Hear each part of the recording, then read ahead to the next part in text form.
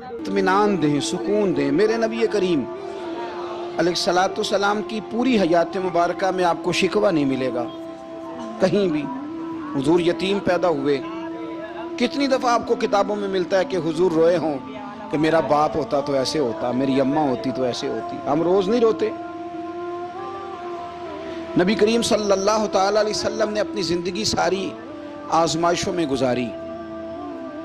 कहीं आपको महसूस होता है कि नबी करीम सल्लल्लाहु अलैहि वसल्लम किसी के पास बैठे और फरमाया आओ मैं तुम्हें अपने दुख सुनाऊं?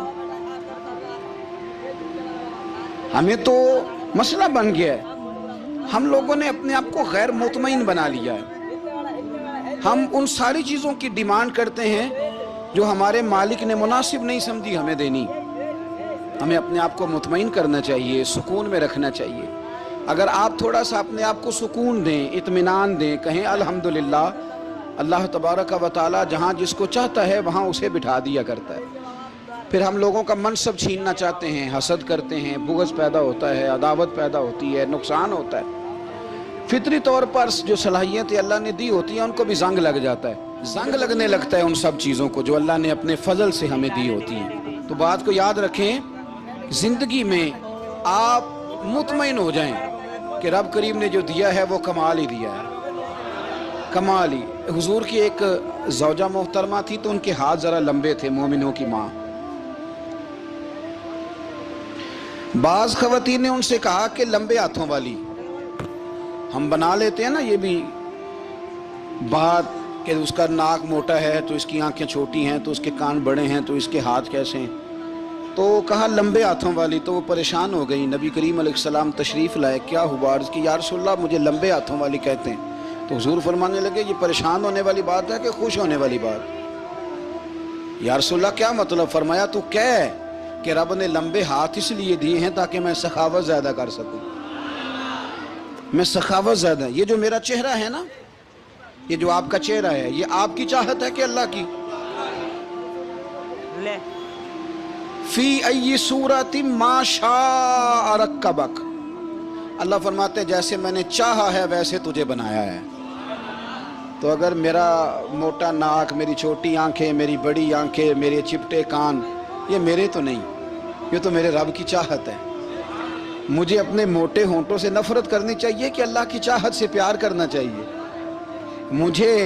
मुझे अपने काले रंग पर परेशान रहना चाहिए कि रब की चाहत पर मुझे प्यार आना चाहिए?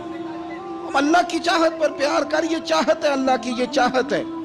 तो अल्लाह की चाहत से मोहब्बत कर। तू परेशान हो रहा है, फलाने का रंग हो रहा है तो मेरा काला है, फलाने का मकान बड़ा है तो मेरा छोटा है, फलां बड़ी गाड़ी में कैसे बैठ गया? भाई अल्लाह ने चाहा था बैठ गया। अल्लाह ने मेरे लिए साइकिल पसंद की है, मुझे अल्हम्दुलिल्लाह कह के साइकिल पे बैठना चाहिए। उसने पसंद की है, उसकी रिजा है कि मैं यहाँ रहूँ। तो एक बात तो ये हमेशा याद रखें कि आप अपने आप को मुतमईन करें, ज़िंदगी में सुकून दें। नफ्सियाती तौर पर हम बड़े डिस्टर्ब इसलिए हैं कि हम बेसुकून रहते हैं जानबूझ के, वजह ही कोई नहीं। लेकिन ना जब तक ज़िंदगी है अल्लाह ने ज़िंदा रखना है, और जब वक्त आ जाना है तो फिर कोई हमें बचा सकता, तो टेंशन किस बात की, डिप्रेशन किस बात का?